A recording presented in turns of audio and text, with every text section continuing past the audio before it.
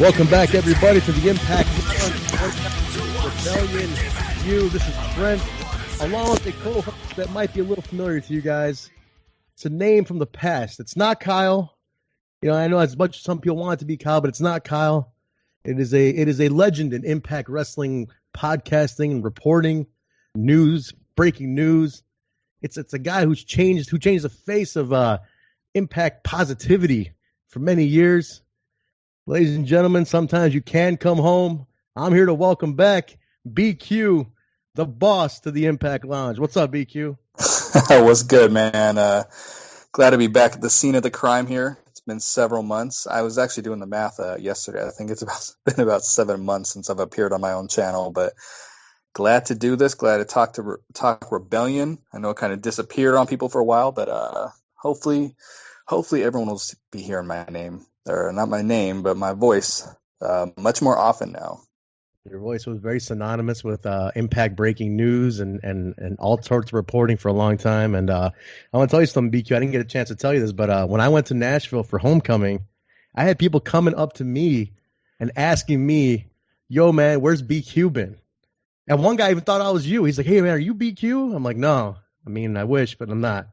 But they're like, but they're like, dude, where the hell's BQ been? I'm like, he's off living life, man. We'll let me know what you need to tell him. I'll pass it on. But dude, people are asking about you in Nashville. That's the status you have reached at this point. Just so you know. It's all good. I feel like I let some people down, kind of disappearing, and I just, I want to make it really clear that I just got burnt out from wrestling. After covering Bound for Glory, did a lot of content, and we actually had record numbers of traffic, subscribers, everything on the channel, and I just flat out got burnt out. It was something I was, for the most part, just doing by myself, and I got burnt out from wrestling in general, and I really needed to take a break.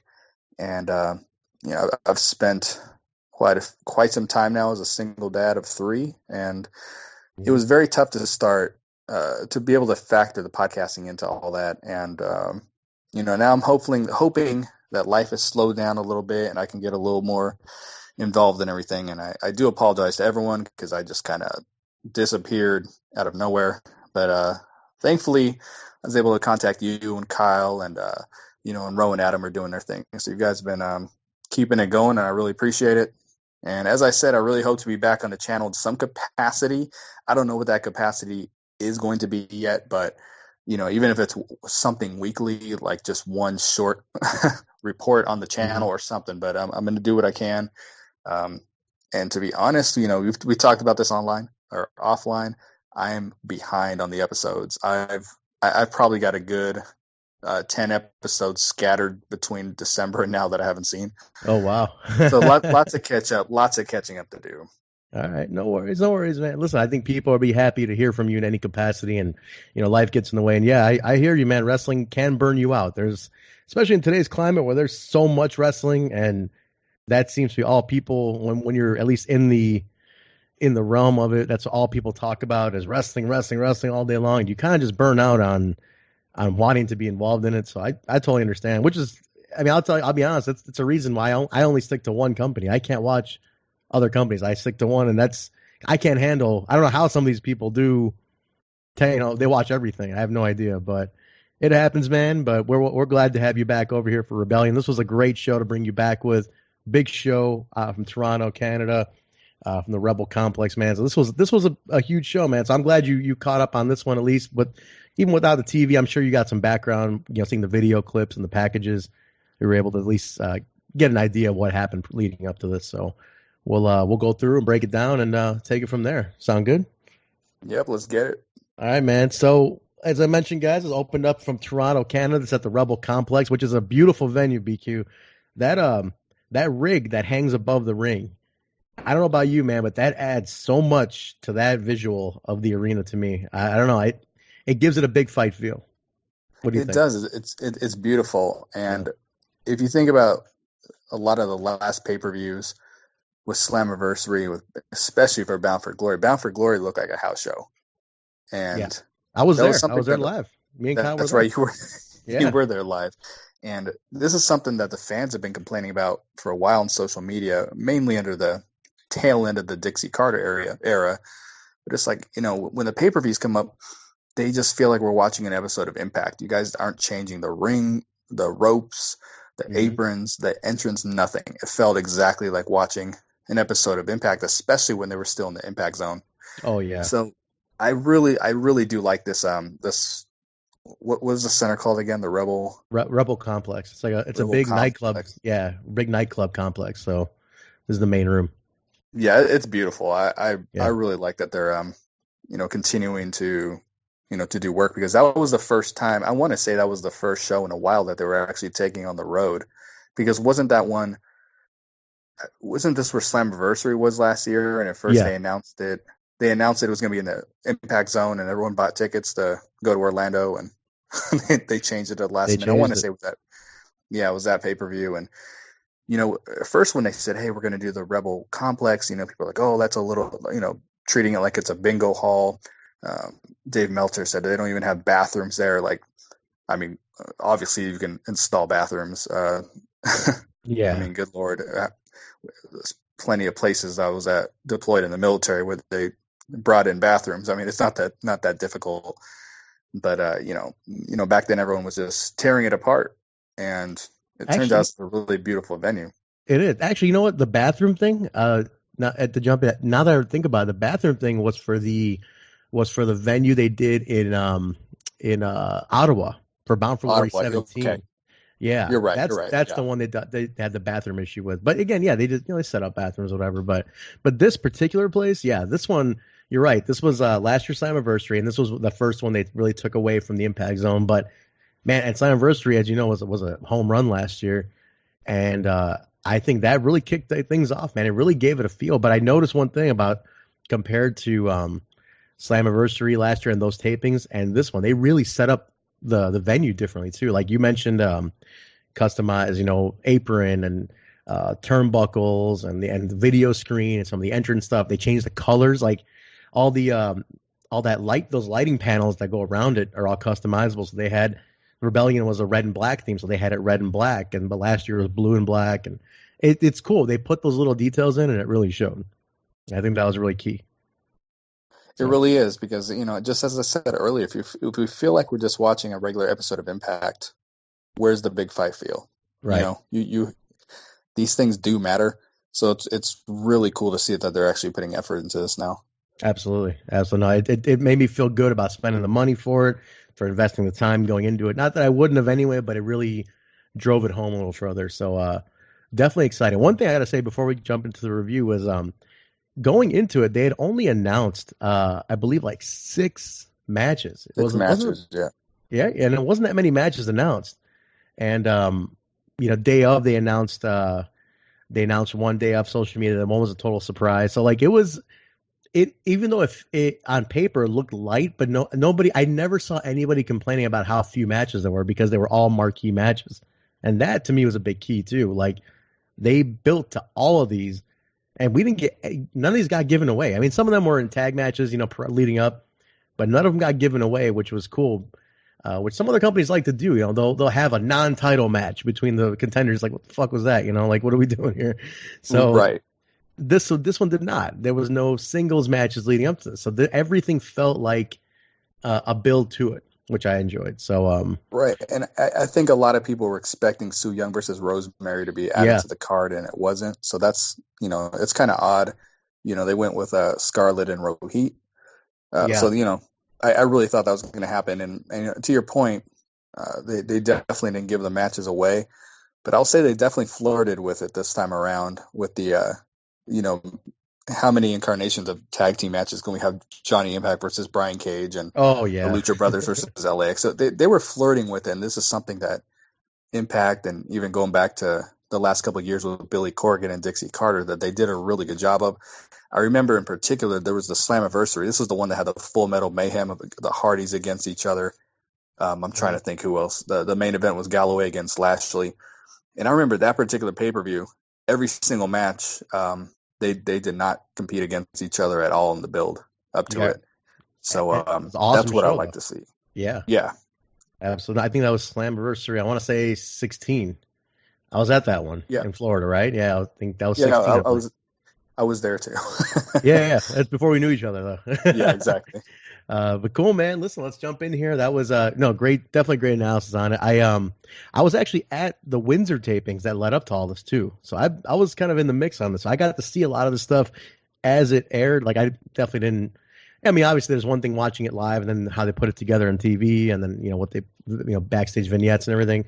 But actually, I got to see a lot of these matches leading up, so that was cool too for me because I kind of knew where things were going. And I'm going to mention one thing as we jump into that first match. There was something that was taped but didn't get to happen, so we'll get into that. But let's kick it off, man. Let's jump up.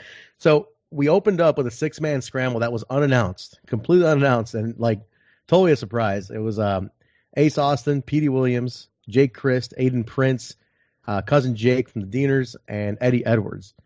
And Eddie being in this seems kind of odd, but as we all know, Eddie basically was set up for a feud with Eli Drake, and we all know what happened there. So I think it's kind of unfortunate, man. What do you think? Like, Eddie, he had a program going into this, and it's one of those things, like, what do you do at the last minute when you're stuck and the guy deserved to be on the pay-per-view? He built up to it, but his opponent got fired. It's kind of a bummer. What do you think? I'm glad that they found something for Eddie to do. Yeah. And, we got to remember Eddie's history as a competitor. Right now he's doing the hardcore thing, but he can hang with these guys, the X Division style. He's not quite the high flyer that they say he is, but he does, he can hang with this style of competitor, and he really showed it during the match. I expected him to win the match. It's actually completely caught me off guard the way that they ended it. I really thought Eddie or Petey was going to win this thing. When Petey came out at first, because I didn't even know who was in this match. Because they announce a competitor. Okay. Nothing. So at first Petey came out. I'm like, here we go. And it's not that I don't like Petey Williams, because I do, but typically they tape in Canada. Petey comes out. They're trying to appease the crowd, and usually he gets the win. So I was actually a little disinterested at first when he came out, because I was like, okay, Petey's going to win this match. Right. But I was really, as they were just kind of bringing people on, was Aiden Prince and cousin Jake, who I'm a real big fan of. I know you've seen him wrestle in AEW as Jake something, and I'm really happy that they finally were able to bring him on. I kind of wish he was on as Jake something, not so much as the Diener thing, but I'm just glad he's part of the company. But they put a nice little field together, and I actually really enjoyed the match. I mean, I'm one of those people who are like, I'm not really into the spot fest and everything, but I thought this was a lot of fun. Perfect opener, and then having a interesting mix to have a base like Jake in there, right? Like a big guy amongst all this, but he took a lot of those moves, man. He was that base for a lot of these high flyers. I mean, he took that and real quick with Petey. I mean, he took that Canadian short from Petey, but like Petey basically at this point is, if he's in number one being in Canada, like he kicks off, he's always the first entrant. People sing the national anthem with him. But as long as Petey hits that destroyer and or a sharpshooter, I think that crowd's good. Like he can do whatever and win or lose after that, doesn't matter. But as long as he hits that in Canada, they love it. Crowd pops. But it's a must. It's a must. You have to. But great mix here. Like you said, everybody's kind of you have so many different styles involved in this one. But I thought it was cool, man. It was great. It was a great surprise. I actually texted Jake after, and I was like, dude, we all just popped. Like, no, we didn't know you were going to be on. He's like, man, he goes, what a rush. It felt insane. Like, I didn't even know what was going on. Like he said, it's just crazy. So he was overwhelmed. I think it was very, very last minute. Like, they were all in town. It's pretty much like, all right, guys, we're going to do this. Like, be ready. Like, you're all going out. Because he made it sound like it was very last minute.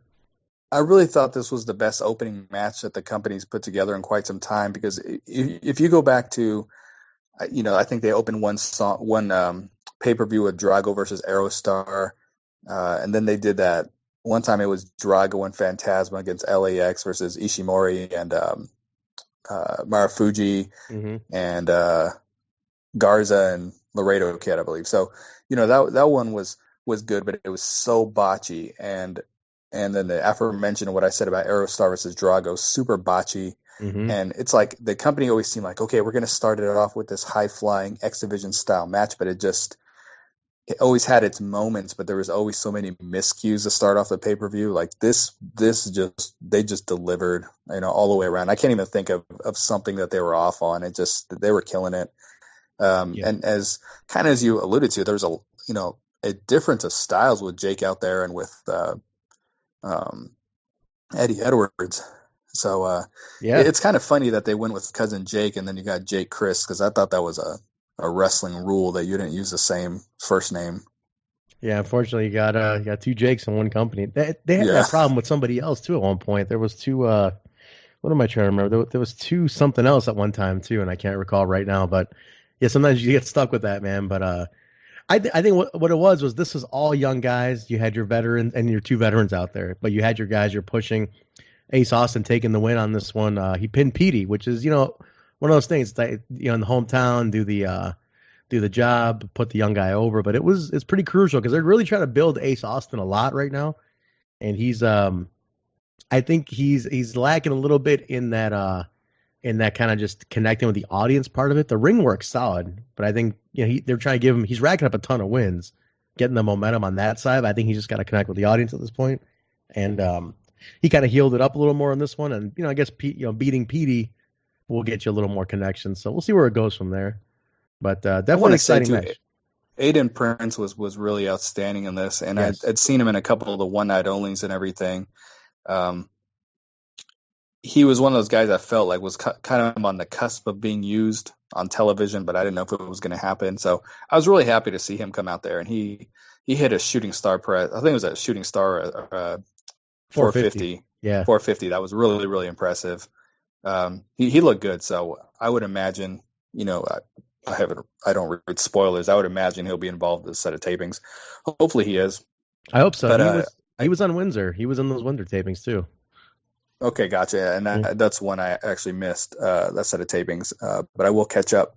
But yeah, Ace Austin, I think you're right about that. He's not quite connecting, but he's a talented dude. I saw someone say he was a ripoff of The Miz, and come on, you're just showing man. That you don't watch Impact because he's nothing like The Miz. How do you even make that connection? That doesn't make any sense. Like The Miz? Come on, man. It's just that blind hatred. Yeah, it's that bullshit, man. But no, it doesn't make any sense. No, his in-ring work is solid. He's got a good character now. Just like get that character to like kind of look at the audience a little more. Get people to look into that character. So as soon as he gets that, man, this guy's gonna be unstoppable because he is good. He's good at what he does. So.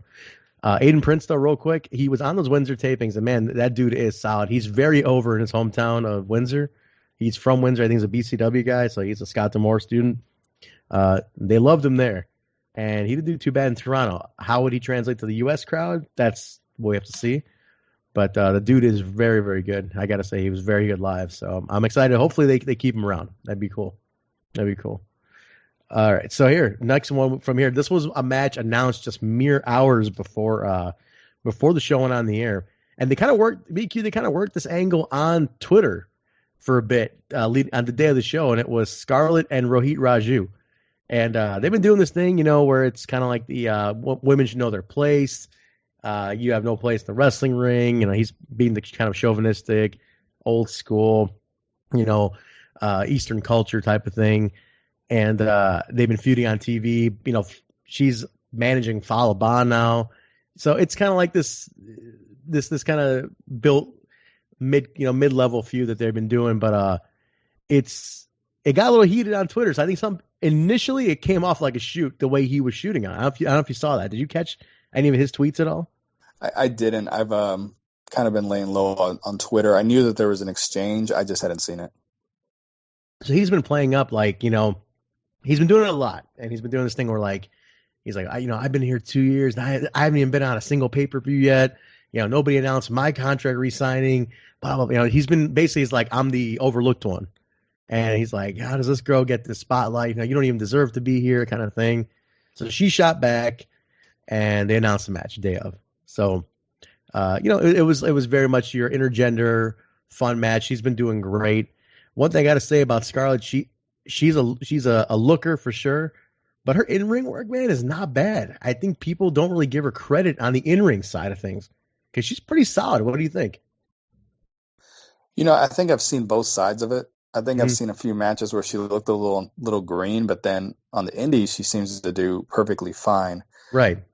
So I think right now on Impact she's trying to connect the gimmick with the in-ring work, and that's probably where she's trying to feel it out still.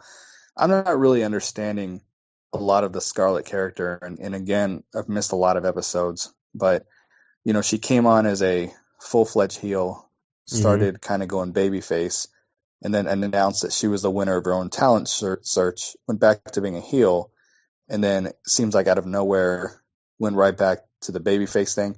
So I'm not quite getting it. I'm not understanding where they're trying to go with it. From what I'm understanding, I think her and Fallah Bahh are gonna continue to team and take on everybody. From what I kind of heard, they're gonna try to do.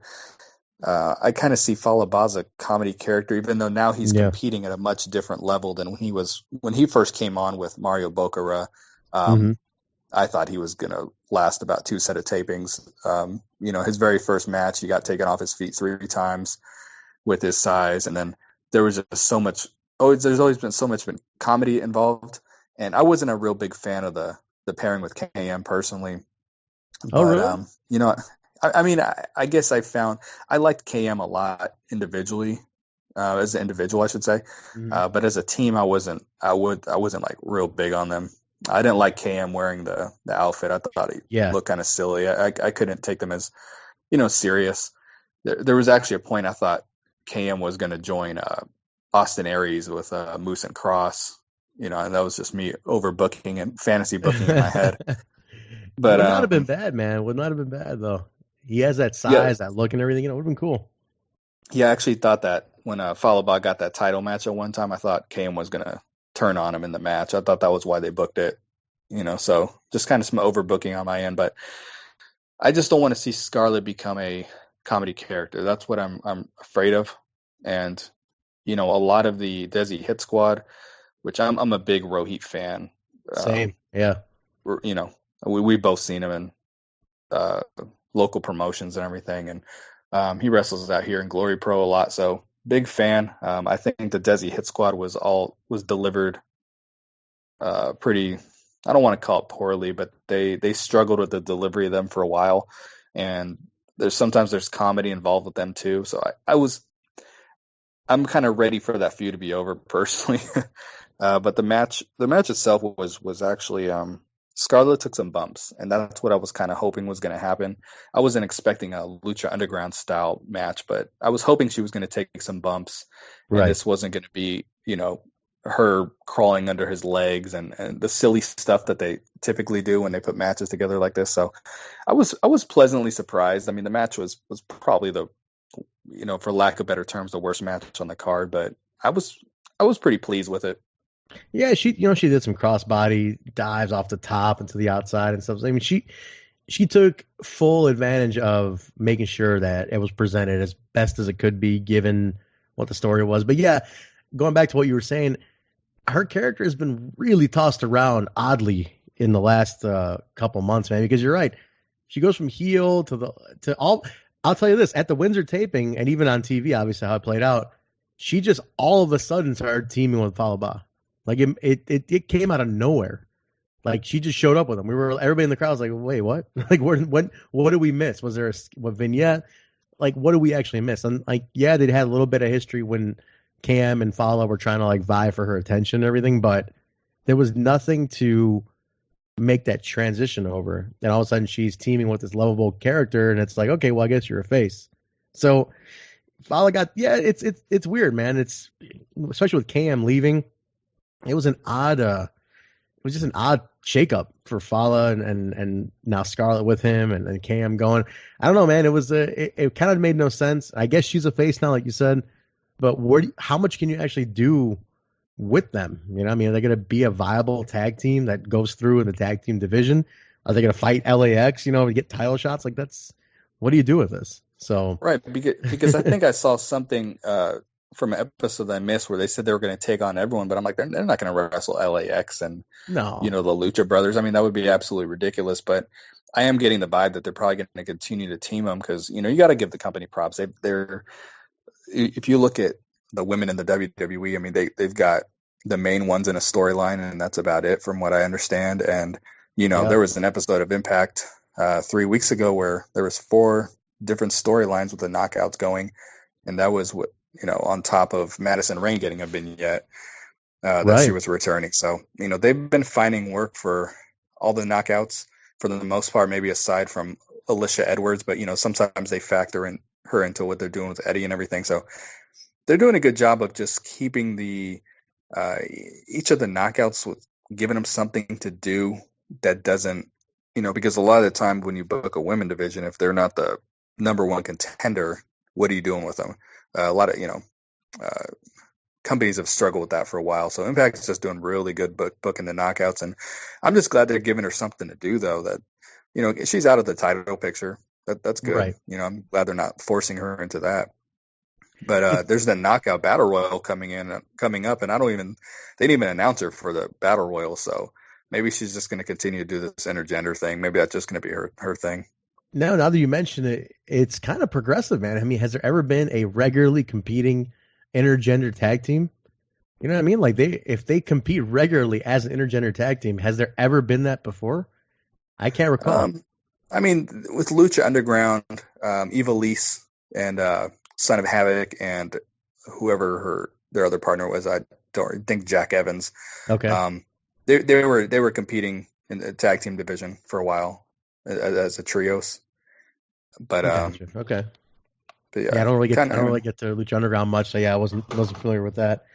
But all right, well, cool. I mean, either way, yeah, it could be fun. I'm not gonna shit on it already, right? Let's kind of see where they go with it. But one thing I think, I don't want the Daisy Hit Squad to be like, just to be used as a pawn to get these two over. Like those guys have been putting in a lot of work, man, a lot of work, and it's like, give them a break too, because I think they've definitely paid their due, especially Rohit, as you mentioned. I mean, we know this guy.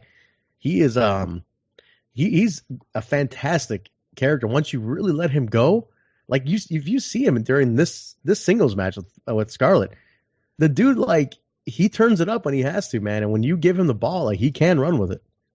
He did some really heelish things in this match. He did a great job. And one thing that Impact is hiding is his mic skills. Yes, that's one thing. He's not getting a chance to talk, and he cuts really, really good promos. So I'm not a big fan of Raj Singh at all. I actually much prefer Gursinder Singh, who obviously isn't with the company. And then I know Bhupinder Singh debuted with Gursinder Singh for an explosion match, but because Gursinder left, I think they scrapped it, and I think they actually got rid of Bhupinder Singh and the other guy, because remember, Desi Hit Squad is supposed to be 4 guys, right? I think those 2 guys are now in the alumni section. So Desi's Hit Squad is just they didn't have a good plan going into it. We didn't really know what they were going to be, but Rohit deserves to be on these pay-per-views and everything. I know we're going to move on to the next match. If I was kind of fantasy booking and taking Desi Hit Squad to the next level, they had an Indian girl wrestle with Big Time Wrestling on that pay-per-view. I think she might have wrestled Ali or Katarina. I don't quite, or maybe it was Taya. I'm just throwing random knockouts out there now.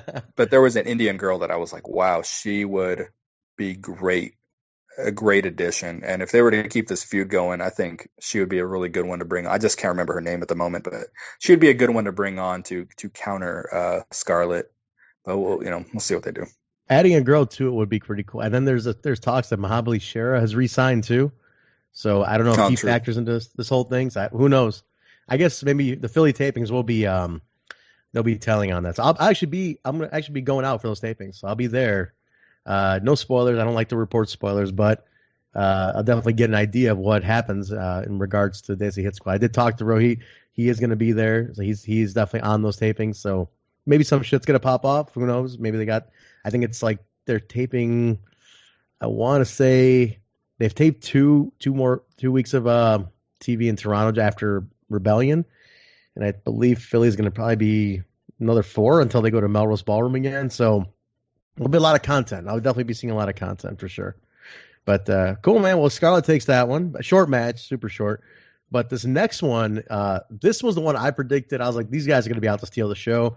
It was added literally the night before, and chronologically, it was added, or 2 nights before on the Go Home Impact.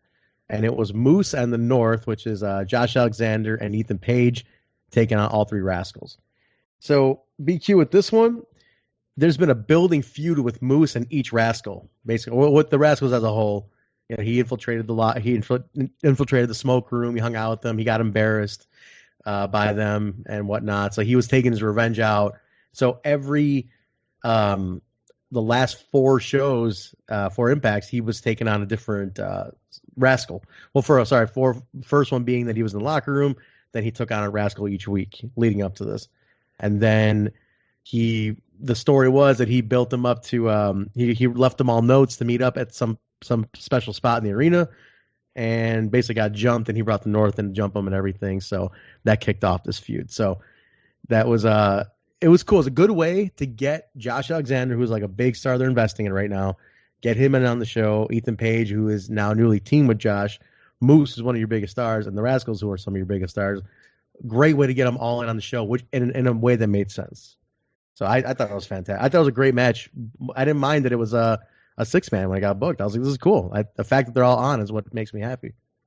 This match was outstanding. I thought it was going to be the opener initially. And usually with the opener, even though Ace Austin won the match, usually with the opener, you know, the babyface team wins or the babyface wins. So I actually expected the Rascals to win this. I'm not a fan of the Rascals at all. Really? I'm a fan of their in-ring work. I'm not a fan of the gimmick, even a little bit. Like the number stoner one gimmick? Yeah, I can't relate to it, if I'm being totally honest with you. Was very straight edge for quite some time. You know, now I dabble in a little alcohol here and there, but I can't relate to it, so I don't enjoy it. I love everything Moose is doing. Ever since he had the match with Austin Aries at Slammiversary, I've been all about Moose, and I love the North. I mean, they're going out there. I was concerned what the delivery of Josh Alexander was going to be, and he was someone I really wanted Impact to bring on for a while. Big time. But with his look, I was like, I remember actually said on the channels, like with the look, I was like, I don't know what they would do with him. You know, like I felt like perhaps his look was too vanilla for TV. You know, and I couldn't be more wrong. I mean, his demeanor, just he's so serious, and then you got Ethan Page coming off that, you know, fairly silly gimmick team with Matt Sydal. I liked Matt Sydal. I just didn't like Ethan Page in that. So, you know, his role where this is a serious heel tag team doing some incredible things in a ring. I love them. I really do. So this was a match that I was totally cheering for the Moose in the North. I was really happy with the outcome. But I was even happier with the match. I mean, the match freaking delivered. The Rascals did some incredible shit. When I say that I'm not a fan of the Rascals, that does not mean I'm not a fan of them as a person. I mean as people or as competitors or talent. No, that's not what I'm saying. I'm just not, you know, you're always going to have wrestlers you like and don't like. I just don't like the gimmick. So I was rooting against them. But this match was outstanding. Yes. I can't even. They did some shit I've never seen before. I too am a straight edge. I've never dabbled in the smoke that the Rascals do, but I'll tell you who's not is Kyle. Our faithful Kyle loves the Rascals, and I wonder why. maybe for biased reasons. He some reason loves these Rascals. I think he just pictures himself in the smoke room alongside him for some reason. Yeah, for real. I don't know. He seems to be very naturally attracted to the Rascals gimmick. Go figure.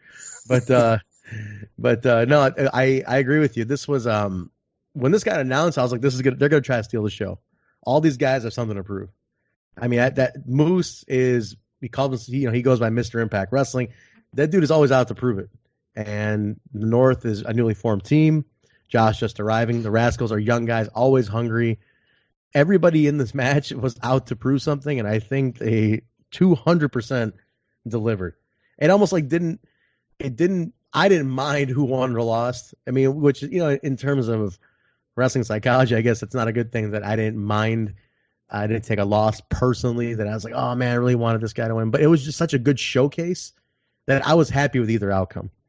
And you had, I'm sorry, continue. Well, I was going to say the North is a very classic tag team, in my opinion. I mean, they actually try to match number one, because I don't know what it is about tag team wrestling right now where everyone they act like two individuals, but as a team, because everyone has their own entrances and no one wants to just be a team and look like a team anymore. The Demolitions, the Heart Foundations, the British Bulldogs, the Killer Bees, teams that look like each other, dress like each other. And even though they don't wear the same outfits, they're ring gear matched, even Moose matched them.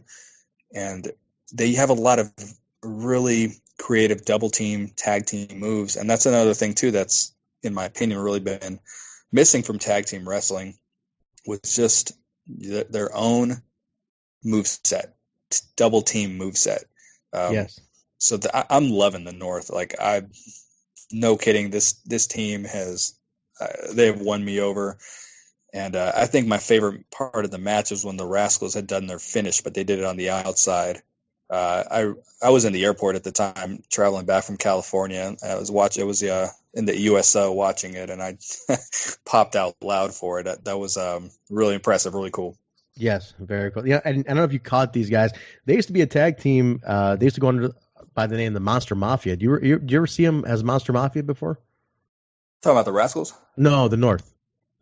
No. They used to team as the Monster Mafia years back, and this is before Josh got hurt actually, and he had to retire out for a little bit because he had a neck injury. So they were the Monster Mafia. We actually had them in Chicago, AEW. Actually, each one of them is an individually an AEW heavyweight champion. So I'm really familiar with their work. And when they got reteamed after Josh getting signed, because I knew, I was like, Ethan Page was very directionless for a long time in Impact. He was just kind of he was that guy that they would put in a match and like, all right, we know he can get it done. Let's throw him in a match to get somebody else over. And I said, man, if they just brought Josh Alexander on, it would be perfect for Ethan Page. It would just be exactly what he needs. And then when they announced him, I said, I guarantee it's a holding pattern until Josh debuts. And sure enough, they teamed him up. And that's why they're so natural. I mean, because they have been, I mean, they're shoot best friends. I believe Ethan was Josh's best man. So, like, these guys have a lot of synergy, and it shows, which I thought was awesome. I mean, the fact that they get to showcase that on a big stage now is fantastic. And the Rascals, as we know, are shoot best friends, too. And so you saw that synergy in this match. Everybody worked together, Didn't the Rascals have a fourth member on the Indies? I can't remember who it was. There was a fourth. I just don't recall who it was. I could have swore someone said it was actually Ace, but... it might have been Ace, actually, because they're all from that Ohio crew. They're all from Ohio. And they're all trained by OVE, basically. They're all part of that Rockstar Pro dojo. So it probably was Ace. You might be right. I just don't recall exactly. I remember they've all come through Chicago here, and I've seen them all regularly enough, even before their Impact debuts. But I think you're right. It was Ace. But these three seem to be the ones that team a lot more often, and we're just travel together a lot more. And I think it was natural, especially Ace, Desmond and Zach. Those two constantly team up a lot. So, but no, man, it was great. I mean, Moose and North got the win on this one, and it was definitely everybody came out looking good. I think even in loss, Rascals look great. So a fantastic match. Fantastic. For those who don't remember, Wentz was actually one of the opponents in OVE's debut match. Yep. I don't know if you remember, OVE had this debut match where the opponents got in just as much as they did. Yes. and Wentz was one of the opponents. I remember seeing that and thinking to myself, like, you guys, like, I know you want to get your boys over here, and I guarantee it was not agented that way. It was not written out where, like, give these guys a ton of offense. Like, nobody knew who they were. And I remember that. I'm like, they're just doing it because that's Dave Chris' student, basically. You know what I mean? Like, you can't be. I was like, I know you're doing it just because to get your boy over. I mean, I guess it worked, and he got hired. Like Wentz did eventually get hired, so it worked out. I don't recall who the other guy was though. Wentz was teamed up with somebody else. I don't remember. I don't remember. I don't recall that. Yeah, but I know exactly what you're talking about because I remember just thinking about that, like, man, what the fuck? Like, how are these? I mean, I knew who Zach was, but I was like, how are these jobbers getting all this offense? And on two guys who are making their debut right now, you know? They actually got the first shots in of the match too. So wacky, man. I was like, wait, what? All right, man, as we go from there, knockouts title match. This was Taya and Jordynne Grace. This BQ, I want to tell you something, man. Taya, I've never been a fan of her in-ring work. I always thought she was a better character than she was a worker. And to me, I'm a big character guy anyway. So she was cool with me as it was. But, and Jordynne Grace is one of those ones. I have seen her for a while. I was never a big fan, but she legit has grown on me every week since Bound for Glory. So I've just become a bigger and bigger fan of hers. Also because she is such a great company girl. Like, she is so proud of Impact and puts it out there so much. And I appreciate that about her a lot. But man, this match, I tweeted it out immediately. I said this was Taya's best match I've ever seen her be in, and I knew this was 100% storytelling 101. I mean, they built and they went back and forth, and the synergy between these two was off the hook. And I loved it, man. I don't know. Like I said, I'm not even the biggest women's wrestling fan, but this one hooked me big time because it was so constant, so back and forth. It was just awesome. I don't know what you thought about it, but that was my opinion on this one. I totally agree in saying that this was Taya's best match. I think the first year in the company, I felt that we weren't getting anything good from Taya. No, to be she honest. was lost. I mean, yeah, even character-wise, because I mean, she had this great entrance. And then she was out there talking like a Valley girl, and it was just like, what is this character actually? Right. Exactly. And then just the matches she was putting on, they just weren't good. I mean, they were choppy. You know, right. Really choppy. I'll tell you where she impressed me was I went to that Impact Lucha Underground show, which I absolutely hated because of the crowd, but I didn't realize how hard Taya could hit. And maybe it was in comparison to Allie, you know, but I just remember the shots she was delivering Allie where they really sounded like they hurt. And I didn't realize how strong she really was. And, you know, she had some really good matches with Tessa. And there was a match a year or so ago. I remember I was thinking, oh man, Taya's going to kill it in this match. And I remember it just didn't happen. And I'm like, man, are they ever... I couldn't see them ever putting the Knockouts title on her because I just didn't think in-ring wise she was really delivering. And this was by far just the best. She's in her groove now as far as the gimmick, you know, the music and the dancing and everything she does. She's living it. She's connecting now. Like this, she is in sync with what she's trying to do. The in-ring work was good. You know, I'm indifferent on Jordynne Grace. I like her talent. But she's not one of my favorite knockouts by any means. So at first I wasn't really excited about the match, but when it happened, I was like, man, this was pretty good. And I think the thing people don't really pay attention because no one does this in wrestling anymore. Like, you know, usually, and that's working a body part. And she worked Jordynne Grace's arm. But what happens in wrestling, you know, just in modern day wrestling, even when they do work body parts, they never have anything to do with the finish of the match. No. And usually the wrestler who's getting their arm or back or leg worked on usually wins the match, you know. So the storytelling was really good with this because at the end, you know, it wasn't overbooked at all. Jordynne Grace tried to do a move, the arm gave out, and then Road to Valhalla, match was over, and she sold the move great. So this match was great. I liked it a lot more than I thought it was going to. Yeah, I agree, man. I had zero expectation going into this one. I was just like, yeah, whatever. You know, it's gonna just be a very standard match. You know, a very standard Taya match. And man, I was hooked. It really got me. I was just very proud of these two and how they really just they belted it out, man. They impressed me on this one for sure.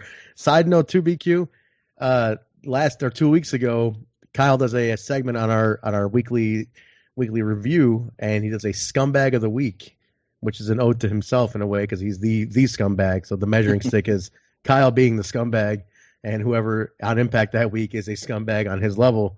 So we voted we voted Taya scumbag of the week for her heelish, dastardly, shithead ways, and she tweeted us and just said she tweeted like the link of the show we were plugging it, and she tweeted us and just said scumbag of the week and put an emoji in there, and I was like, holy shit, Taya Valkyrie listens to the review.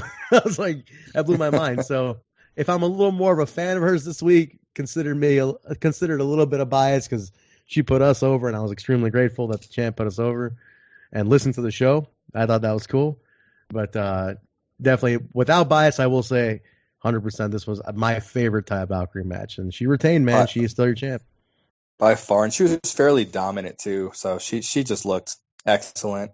I was really happy when she signed with the company. And I remember she sent out a tweet saying someone had said, would you ever join Impact Wrestling? And she was, she publicly retweeted and had said that she would like to. And I remember I messaged Sienna directly because I used to go back and forth with her quite a bit at the time, and I sent her a screenshot of that, and I said, I'm going to need you to pull some strings because I really wanted her to come over. So I was glad she did. And like I said, just at the beginning, I think they weren't sure where they were going with the character and everything, but she's in sync now. Like she's whatever she is going for, like she has nailed it. Yeah.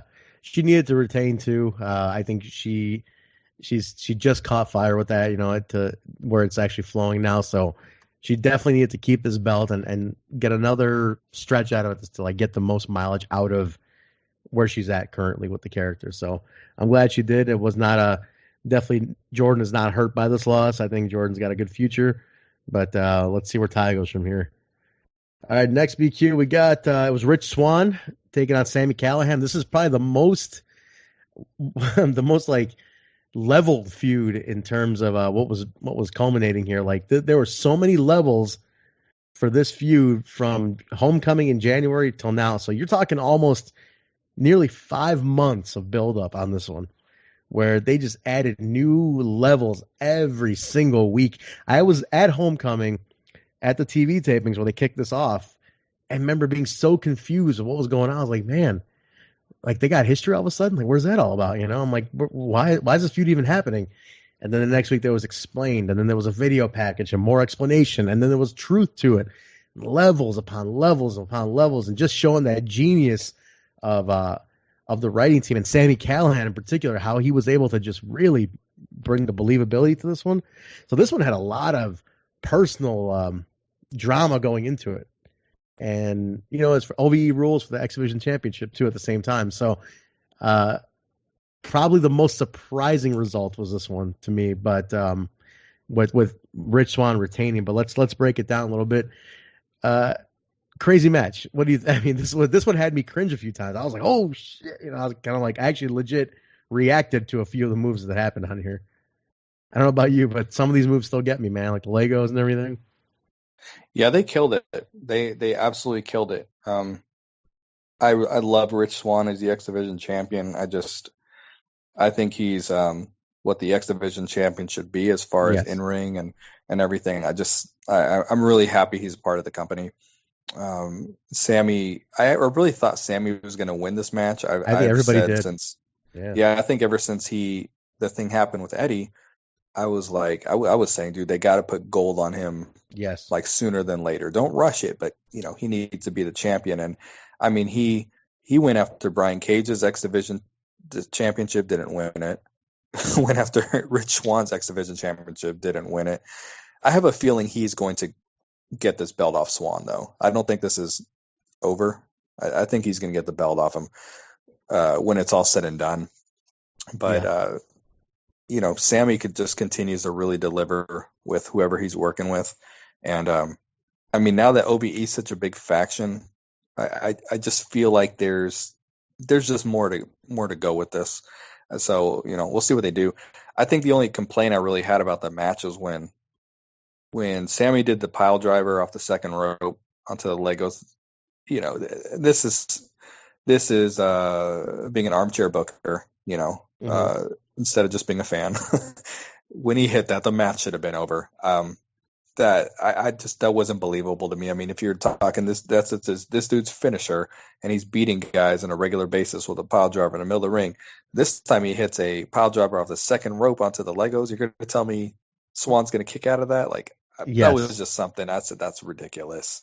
But other than that, same reaction. Yeah, other than that, they were great. I love that Rich Swann didn't come down dancing.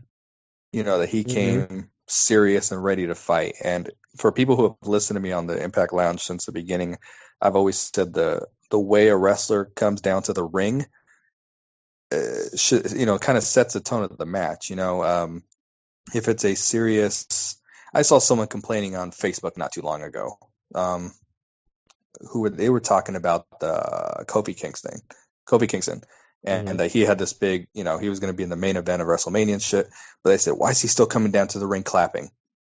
Like at some point when a match is serious and the stakes are serious, you got to treat that walk from the entrance of the ring serious. Yeah. And I was just, when Swann came out like that, I was like, nailed it. That's such a big part in the storytelling. But again, just another killer match. Everything was basically killer on this. Yeah, I had the same thought as you about the pile driver. When that happened and he kicked out, I was like, well, I knew then that Sammy was not going to win this. I was like, well, if that didn't do it, what the hell is? I mean, nothing. What can match up at this point now, right? And you're right. Like psychologically, it weakened that moment for me. I was like, man, that was such a perfect moment to end it. And if you weren't going to end it there, then that move should not have been done. It could have been anything but a pile driver. I would have been fine with it if it was a superplex. But but it was the fact that it was like you mentioned, the finishing move that he has been beating people with on TV consistently. It's like now you've upped the game on that finishing move. You take it to the second rope through Legos, and you mean to tell me that's not enough to beat Rich Swann? So it took the wind out of my sails on that hope I had for a title change. That made sense. It 100% made sense if Sammy did win. He was in Swann's head and everything. Like the build was great. Because I think he even threw powder in his eyes before the pile driver too. Yeah, there was a lot. I mean, there was so much going against Rich, and it's not like Rich Swann's been built up to be almost like this super crusader who can fight through anything. Like the guy he's human. He's not a machine. He's not the machine type of thing where he can take, tons of beatings and keep coming back. Swann has a vulnerability to him. We've seen it. It's been built on TV as vulnerability. And that would have been fine. So that would have been believable to have him take it right there. But like I said, that said, Swann still being champ is not a bad thing, but I think you're right. Sammy, this is far from over. I think Sammy definitely has to be the one to take this off of him. It's the only one that makes sense, even though there's an odd caveat in here that Johnny Impact has a X Division title shot that he gained at United We Stand, which is the weirdest title shot grant at the time when it happened. I was like, why is he even in the Ultimate X? Why is it not Ace Austin if you're pushing him? Why is Johnny, while champion, why does he have the X Division title shots? I have a feeling they're going to loop that in somewhere. So we have to be mindful of the fact that Johnny's still in that is now in this mix too. So I not that I'm putting him on the same level, but years ago Braxton Sutter won a similar match at the X Division pay-per-view, and he won a title shot and he never got the title shot. So oh really? So I would think with this one, I mean, it was done on United We Stand. I know they pushed the show on TV, but I still looked at it as a house show, so I wouldn't be surprised if he never gets that shot. Good point. I mean, we'll see. I mean, it's wrestling, right? Week to week, people forget, so you never know, man. That could have just been treated like its own little universe at that point because it was just a one-off house show, special card or whatever it was, and so yeah, he might never get the title shot, and I'll be fine with it because the last thing I want is Johnny to be interjected into this X Division right now. I don't think right now is a good time whatsoever. I don't think he'll get the shot.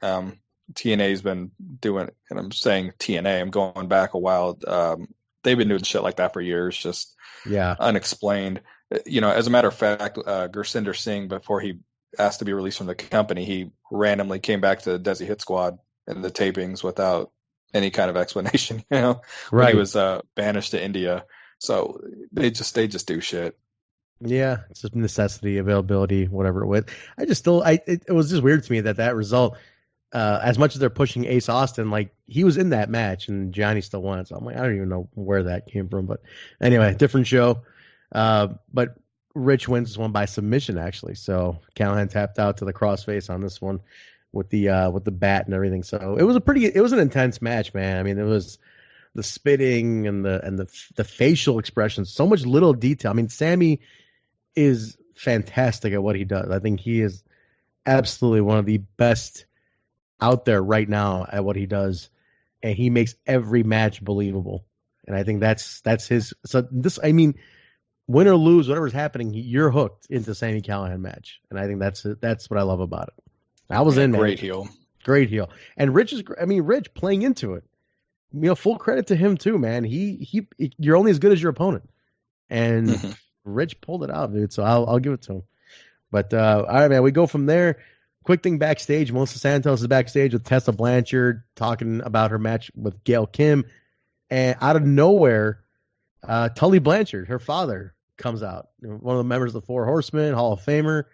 I did not see that coming at all, man. I mean, I popped. I'm an old school Four Horsemen fan, so Tully Blanchard on an Impact pay-per-view was, I mean, it threw me off. I thought that was cool as shit.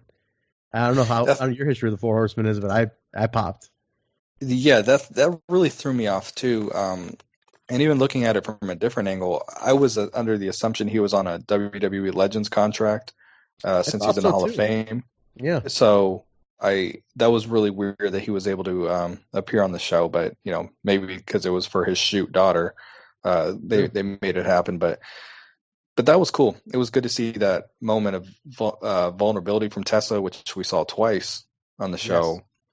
Yes. And I mean, overall, this was my favorite match on the show. I want to go back and watch it again. I don't think the way Gail went out in that triple threat with Sienna and Allie was just the way to go out. I know she won the title. The match was okay. It's very hard to do triple threats with two baby faces and one heel. Yeah. And that was the match initially Taryn Terrell was supposed to be in. And I'm still mourning the loss of Taryn Terrell, but I know speaking of her personally, she has interest in, I spoke to her at WrestleCon last year quite a bit about it, and she is hoping to be back. I know Gail Kim said on the press pass that she also had interest in coming back, so I actually hope I'm hoping she does. She had just told me that they had concern about her getting into Canada, but I think at the time they expected to do everything in Canada, and obviously it hasn't been the case. So I know that she does want back, and she was kind of upset that she got that. She worked real hard on the entrance theme, only to use it for a set of tapings or two. So, but neither here nor there regarding Taryn Terrell. But I just didn't think that was a really good way for Gail to go down, and this match from the beginning was amazing. They really stepped it up. I can't say anything negative about this. There was a couple miscues that Tessa missed. For instance, Gail went for I don't know if you caught, she went for the 619 off the rail, but Tessa wasn't in position. So she climbed right back on and did it afterwards. I didn't catch that. No. Yeah, there was some really bad camera work during this pay-per-view. I think that's a big negative, that there was a lot of spots missed because the camera was not on him. And TNA cameramen have been doing that for years, just missing spots. I mean, I think even when Ace Austin won the match, the camera only got the 3 count. I think the 1 and 2 barely even got on camera. So yeah, it was happening throughout the show for sure. Yeah. There was one other miscue that I noticed Tessa missed on. I think it had to do with Gail coming off the second rope doing something. But other than that, this match was like flawless to me. I shouldn't say flawless because I just pointed out flaws, but I'm just every other step was just truly the two best doing this. The storytelling was great. I kind of wanted Tessa to turn on her at the end after the emotional passing of the torch and everything. I thought that would have been a real Tessa thing to do, but they killed it. And this was the kind of match I want to see Gail Kim go out on. And she looked like she didn't miss a step. She looked great out there. Fantastic. This match I think stole the show, to be honest. It was the emotion displayed, from anger to love to gratefulness. I mean, there was so many emotions in this match that it was like, man, this is one of those ones that were like, no matter how much I see and I get burned out by this kind of matches like this, rope me back into that part of it that is real. That emotion of wrestling that is real. I mean, this whole business is faker than a $3 bill. You know what I mean? But if there's that realness to it, and that's it. That part, that's what they displayed at the end, and the whole build to the end was the real part of it, and that's the part that hooks everybody. And I was just so taken back by it, man. When she even from the beginning, by the way, she came out. If you caught this, BQ, she when she does her entrance, Tessa, and she turns around, she's got her back to the camera. Her vest said Tessa Blanchard Enterprises, which was a nod to her dad, because he used to have that jacket that said Tully Blanchard Enterprises. So that was a nice little nod to her dad, which I thought was really cool. Being a horseman guy, I caught that and I loved it.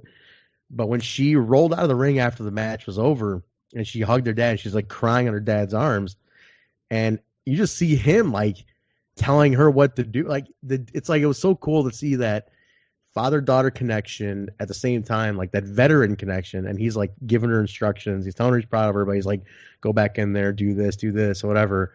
You couldn't really tell what he was saying, but you could see him giving her something to do. And I love this little detail. If you caught this, so she goes from crying in her dad's arms, she rolls back in, and the camera got this amazing shot of her where she goes from emotional to back to bitch face. For 10 seconds, she's like, all right, I'm back in the ring. It's business now. I still hate Gail, and she goes to that angry face for like 10, 15 seconds. And then she walks over and then offers the hand and hugs her. And then that's when like the character dropped, and it was like, that was the torch passing, and she's crying in Gail's arms and everything. I loved that moment where she goes from crying in her dad's arms to back to Tessa character. Was fantastic to me, because the camera caught such a perfect angle of it. And when you watch it back, look for that.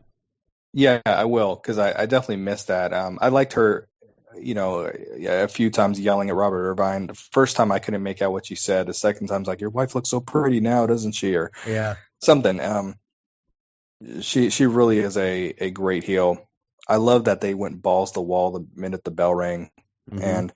And this is another thing I look for in a match that's supposed to have heat to it. And the reason I say this, I want to say it was maybe 4 or 5 years ago. I think it was that. This was probably like the last WrestleMania I ever watched. I want to say the main event was Triple H and Daniel Bryan, maybe. And I remember listening to a podcast or reading a review or something, and the person had said, with all this heat that they built up for this match, they started the match off with a collar and elbow tie-up. Right. And I never noticed that before, and it's something that's stuck with me ever since. And when there's a feud that has heat to it, it should start off like this one did. I think it might have been Rich Swann that went and attacked Sami Callihan on the ramp before he could get down to the ring. Like, I could be wrong because Swann's the champ, so maybe he came out second. There was another match in that night where they just ran out right away. LAX did it with the Lucha Brothers. That's what should happen when there's heat. And these two went balls to the wall. I mean, the first time Gail went out of the ring, Tessa dives through the ropes. I mean, it was great. And the finish was wonderful. The way she press slammed her. I don't know if she was trying to put her over her head or not, but I was kind of hoping she was going to try to.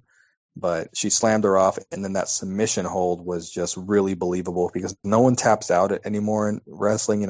Submission holds have become a total joke. We are so far behind the days of Bret Hart putting on the sharpshooter and the person tapping out immediately. Same with Ric Flair putting on the figure four. Now everyone's getting out of finishers. No one's tapping out. And I just thought that was a great way to end the match with that tap out. And I love when they tap out, on the wrist like that, because that's a very UFC way of doing it, not slamming the mat, because that always looks ridiculous in my opinion. But yeah, like that quick wrist tapping, where it's like your hand happens to be in that position already. It's like, all right, well, quickly get this over with, not making a grand gesture. It's like you're in pain. You're going to make this grand mat tapping gesture. Like that, I agree with you. It's totally perfect. No, man, but yeah, definitely. I love that. It's a great detail you brought up here, where if you have heat and you have claim for months on TV that I hate this person, I don't like this person. I mean, why would you start off civil? With Colorado Taya, like you're starting off. And actually, it just hit me that it wasn't Daniel Bryan Triple H. It was because I was at this pay-per-view. It was Bray Wyatt and Roman Reigns after he had an angle where he was like appearing in his daughter's bedroom and stuff like that, like real creepy stuff. Really? And then when they finally wrestled at the pay-per-view, it was a collar-elbow tie-up. I remember that because it was the last pay-per-view I've ever been to of theirs. That's what it was. I don't know where I got Triple H from, but the way he injects himself in matches like constantly, it's not out of the realm of possibility. It would have been him. But no, man, great, fantastic match. Definitely, this is my suggestion for the one to watch again on the show. Definitely watch this one a second time. It's worth a rewatch for sure. All right, man. We go from that one to this was the first of two main events. I heard some heat that this was not the main, being that it was for the title, but it was Johnny Impact taking on Brian Cage in a feud that's been built again for nearly 5 months. People shit on the fact that this was second to last BQ, but I think the reason being was a little bit twofold. That the Lucha Brothers and LAX match was a Full Metal Mayhem, and it's going to just be a disaster around the ring. So you want to close with that, so you don't have to clean up before the other match. That was part of it, and also the Lucha Brothers probably going away for a little bit. That was part of it too. But anyway, let's focus on this one here. This great match, unfortunately marred by some injury that happened during the match. So I'd like to talk about how good the match was up until then, and then the post-match stuff. So I thought, now the feud's kicked off. I mean, it's been going on for a bit. This feud has been nearly building for, he had the title, Brian Cage had the title match at Homecoming, but I think that's where he got screwed over kind of, and that's what kind of led to this stretch. But even before that, the build to that title match. So this has been 6 months in the making, which I think is a nice long time for a wrestling feud in today's day and age. I mean, where do we even see that nowadays? That long of a stretch to two guys constantly in each other's hair. You know what I mean? Right. And there were so many layers to this. Oh, yeah. This wasn't just Johnny Impact versus Brian Cage. There was just a lot of layers to this build. Shouts out to Johnny Bravo, because I'm loving what he's doing. But there was just so many layers. I mean, with the turn and everything. And it's funny because Impact has been doing this for years. When they have the title on a baby face, they've been doing this for years, and we never see it coming. And what I'm referring to is when Matt Hardy. We'll start with Matt Hardy, as trying to keep it kind of recent. When he won the world title, he did it. He turned heel during the match, and all of a sudden it ended up with a faction with Rockstar Spud and Tyrus and his wife, even his son. And then Austin Aries did the same thing. Ended up turning heel. I think that's how he won the title. I think he had lost it as a babyface. And then, they did a similar thing here with Johnny Impact. Goes heel and then creates a faction. And they really killed it. I was not really big on Johnny Impact as champion, even though I thought the match with Austin Aries was excellent. Mm-hmm. But this was really good. I would have liked to see Brian Cage a little more emotional when he won it. I was kind of looking for him to turn it on a little. He kind of treated it like he just won the King of the Mountain championship or something like that. I mean, something that meant nothing. I kind of expected a little more. Well, you know what happened, right? Do you know what happened? Why he Well, wasn't? yeah, I guess that's right. I did Yeah, read it. I just read that today. I didn't know that he got injured. I thought he got injured from Big Mike after the match, but we'll get to him. yeah. But overall, I think Johnny Impact as a heel's been real good. I mean, I see some people who are still like, oh, he's still super corny. Like I think I really I love what he's doing with Taya and Johnny Bravo. I mean, the storytelling of Johnny Bravo reffing all his matches, and I mean that shit was just so over people's heads. Oh, I I didn't told catch that it. to a couple. Yeah. Yeah, not at all. Um, and I told that to a couple people, some of the trolls on the Impact Facebook. I was like, man, this is so over your head. Don't even, you're watching this bullshit from other companies, and this is so over your head. You don't even need to be commenting on this. But it was genius. They really, the way Brian Cage finally won the title, like, was, it meant something. And had he won it at Homecoming, it would have just been like, okay, the big muscle guy won the title. Like this, the emotional build they did up to this was excellent.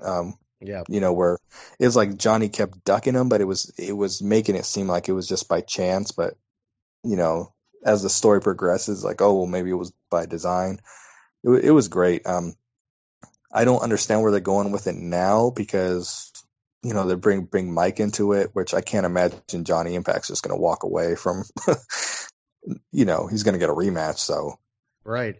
It's a little convoluted because you were building Killer Cross at the same time, and he was not on the pay-per-view, which is an odd thing too. He was on the poster and everything. He was in Mexico for AAA for a big show for them, but so you had Killer Cross was being built up because he was in parallel being this thorn in Cage's side, and at the same time this thorn in Johnny's side. Like, hey, I'm gonna help you, but only for a reason because I want that title shot down the line. So Cross is getting in this mix oddly. You threw Big Mike in here now, and like you said, Johnny's not just gonna walk away. So it's like where is the title picture going? Because now, and on top of which, you have an injured champion now. And for anybody who doesn't know, the diagnosis, I guess, was really bad bone bruising, lower back.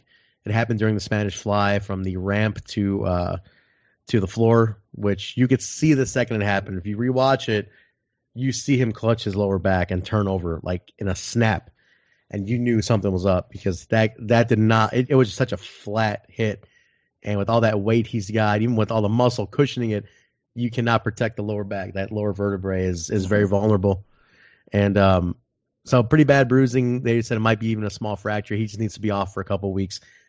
Kind of sucks, and he put out a very emotional post. I don't know if you saw this, and he said, it's not what he said, it's not what I wanted my moment to be. I've waited my whole life to have that moment to get the fanfare and celebrate, and I didn't get to do it. I'm spending it in a hospital bed, and it was not what I wanted. And I guess he's like, I look at the positives that I am the champion. I did win it. I had the moment. Nobody could take it away from me. I'm in the books, but it's not what I imagined. So it hit me a little bit. I was like, man, I can only imagine. You call this business fake or whatever you want, but he still worked up to getting to this, and it sucks that happened to him.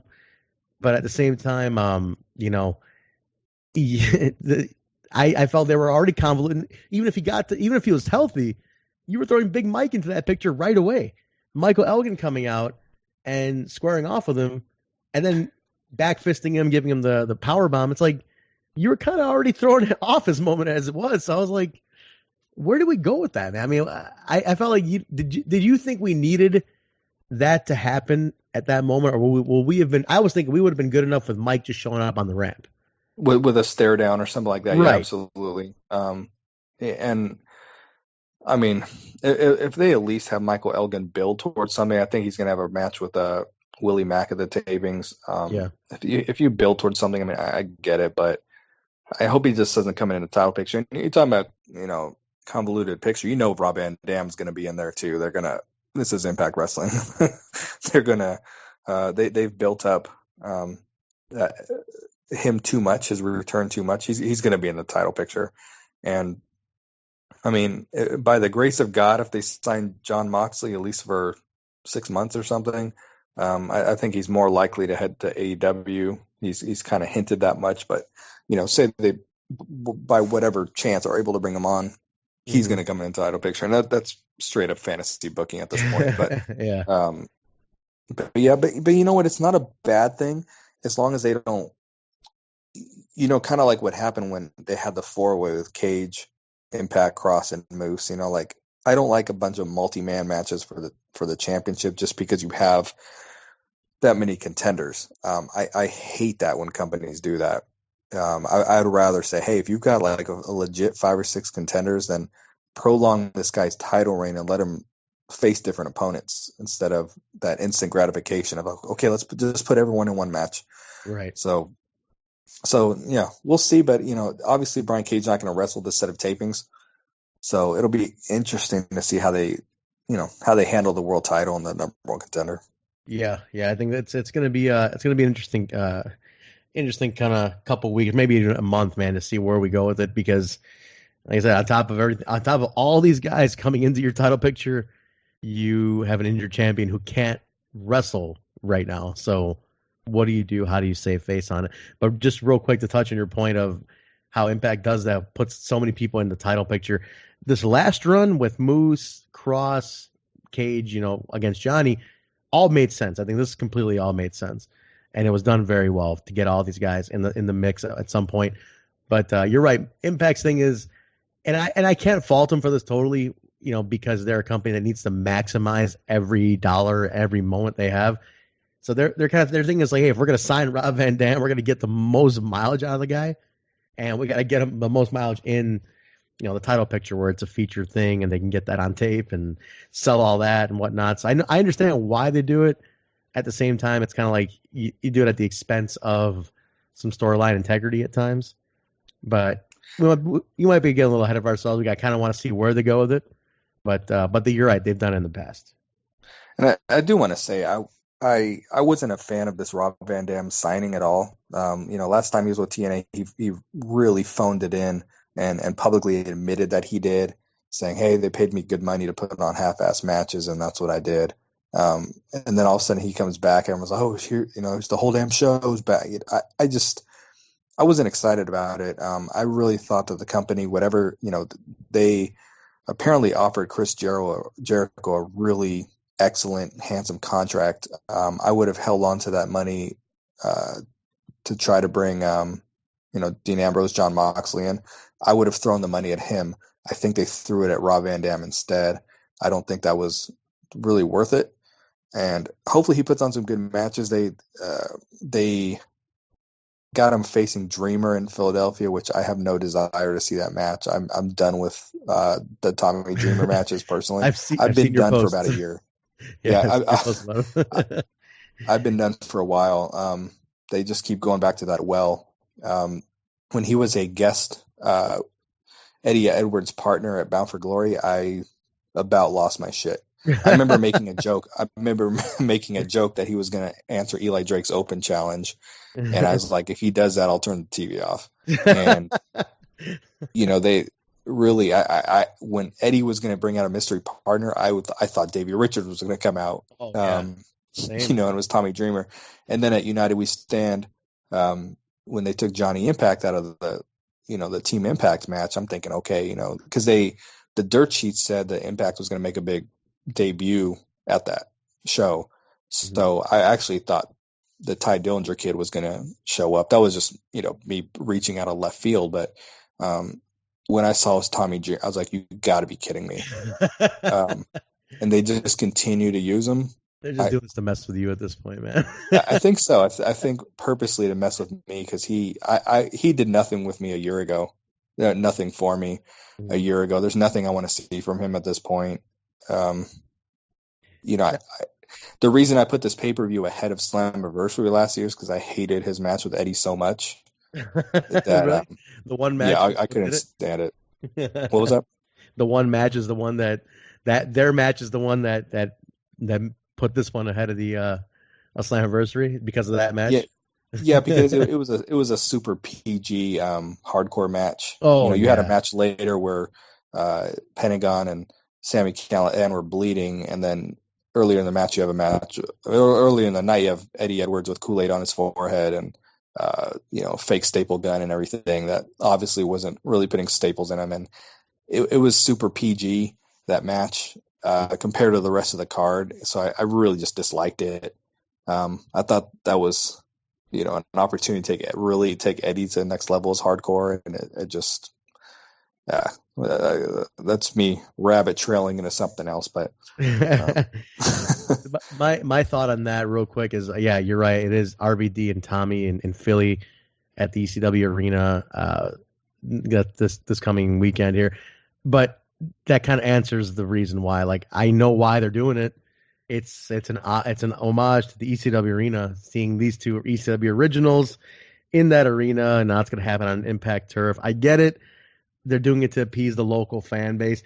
Look, I'll be honest with you, BQ. I'm with you. Like, the Tommy experiment they really milk it dry. I wouldn't mind them in spurts. They really milk it dry. But me being such a big ECW fan as a kid, I'm looking forward to it just for the nostalgic factor, for the live aspect of it. I know it's not going to be great, but I just look at, like, for the live audience, it's more of an appeasing live audience. But here's the thing, like you mentioned, it's going to be on TV, and it's like, are we wasting TV time on that? I wouldn't mind if it was a dark match, just for the arena. That'd be cool. And everyone's going to chant ECW, and ECW is owned by WWE. So right, and it's like, it's real backwards in that regard, and I get it. Like, you guys are putting on this feature match for the local crowd because you're really selling that we're in the ECW arena, but it's not your entity, and you'd rather have them chant Impact, not ECW, and Tommy brings that ECW chant out with him. It just, people will chant it at him. That's just how it works. So yeah, I'm with you, man. Nostalgia wants me to see it.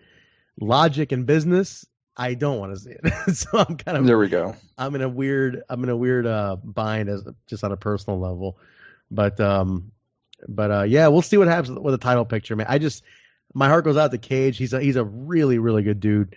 He is exactly what a company wants and needs in the champion. He's a clean cut guy. He looks great. He's a good looking guy. Father, husband. I don't know if he's married to Los Santos, but basically, so father, husband, stand up company guy. All about nutrition and betterment and helping people. He's like the ultimate good guy, and that's what you want. Like, you want that as your face, because and he can, on top of which, he can work. The guy is a fantastic worker for his size. He's phenomenal, and I think, yeah, I mean, he's what you want. It's unfortunate he's a little derailed. I pray that they do not strip him of the belt. I really hope they find a way to utilize this moment while he heals for the next 3 weeks or so. I think the rumor I heard was 3 tops 4 weeks. Like, basically for May, consider these tapings out, and they have to find creative ways to keep him relevant as champion, and just make it one of those things where, like, he'll defend it in New York at the Melrose Ballroom or something at those tapings. So we'll see. Yeah, the fact that they only taped 2 days of television, or a month of television, you know what I mean, which translates to a month of television, you can get away with it. If they were doing the block tapings of 8 episodes, that might be a little bit different. But it's just a matter of being creative. I'm sure they can pull it off. Yeah, I think so. All right, man. Take that. And then, as we mentioned, Big Mike coming out at the end. I'm just going to touch on this real quick, and then we're going to get to the last one here, because we've kept our listeners here for a while. But Michael Elgin debuting Face Off. The crowd, I don't know if you knew about all the heat, man. There's been a lot of Michael Elgin haters as of late because of some stuff in his personal life. But some people were really turned off by his debut. At the same time, the first thing I said to some people who texted me about this when it happened was, I said, man, haters are not on Twitter. I feel that's a small minority, because the whole crowd was chanting Big Mike. And I was like, they were down for this guy.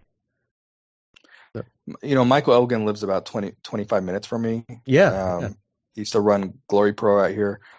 And I've talked to him over Facebook Messenger a couple times. He personally, I'm sure he does this with a lot of people. I'm not special, but I mean, he personally messaged me, invited me to a Glory Pro show. He said, hey, I got Pentagon. I got, this and this. So I'm a big Mike fan, and the whole personal light, I tell people, if you weren't turning on Stone Cold and Jerry Lawler after they beat the shit out of their wives and leave Big Mike alone. Absolutely. I said the same damn thing. Same thing. Yes.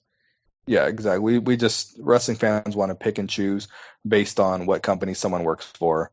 Yeah. how many people were giving Bray Wyatt high fives because he cheated on his wife with JoJo. Right. You know what I'm saying? Yeah. So, yeah, I just don't want to hear it. I'm really happy he's part of the company. I really am. I'm a big fan of his. I didn't know if he would ever translate to an Impact star. I thought he worked with Ring of Honor and New Japan quite nicely. I just, there's certain guys where Impact's a little more character driven than, Ring of Honor, obviously. Right. So, I was like, I don't think we'll ever. I just remember years ago thinking this. I don't think we'll ever see Big Mike, but I'm glad he's there. I don't really like him in the title picture right away, but if he at least works his way up to it, I'll be fine. Yeah, I was just gonna say that too. If they do it where he just basically targeted Cage, and he said I'll work my name, then they're gonna work his way up to it. That's totally fine with me too. You can let it be known you're here, but you still got to work up to it. So I do want to say before we get to the main event, a real strength last year at Slammiversary was the commentary. That's because up to that point, Josh Matthews was cracking a lot of jokes, and especially with Jeremy Borash, and the commentary was horrible. And even though Don Callis was working with him on TV, it was still wasn't that good. And then all of a sudden, Slammiversary came, and they just turned a new leaf. I mean, they went a much more serious direction. But I will say this pay-per-view, I didn't enjoy the commentary as much. Josh does this thing where new champion, or every single time there's a pinfall on a title match and everything. And I, maybe I'm splitting hairs here. I like Don Callis, but I don't like two play-by-play announcers because he doesn't come across like a color commentator to me.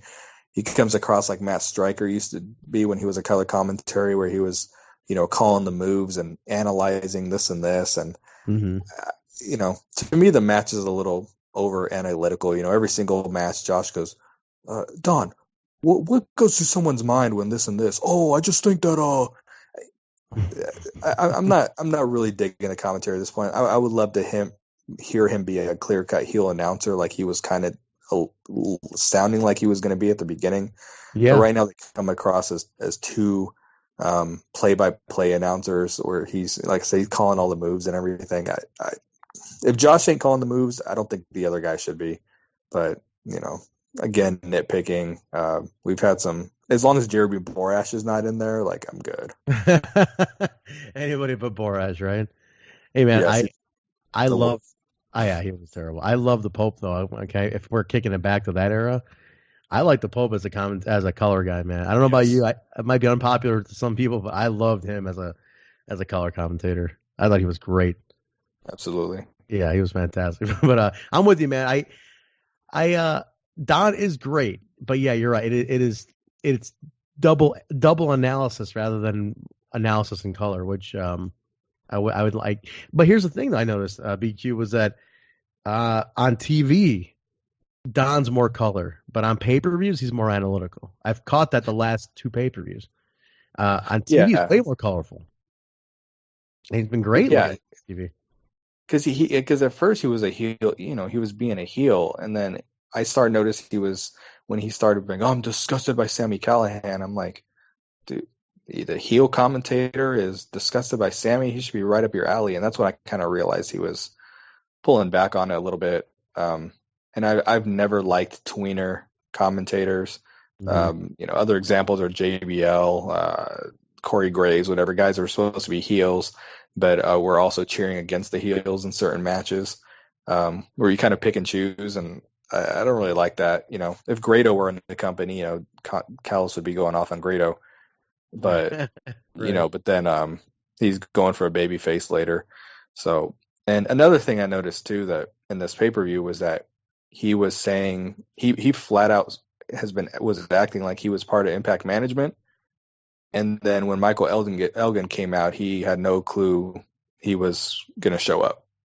Right, and that comes out a lot on TV here and there, and it's like you either have to, because it's like we all know you're part of Impact Management, like we know it as viewers, but your character, you're not leading into it. He always refers to Impact Management, and then there'll be times where he'll talk like he is management. So it's like he is very back and forth, and it's like you have to define I think you might at this point just come out and say you are management, because a couple weeks ago when Lance Storm got assigned as special referee, it almost like it came out because Brian Cage came and attacked Don Callis at commentary, and he's like, "What's the plan? How are you gonna have law and order in this match?"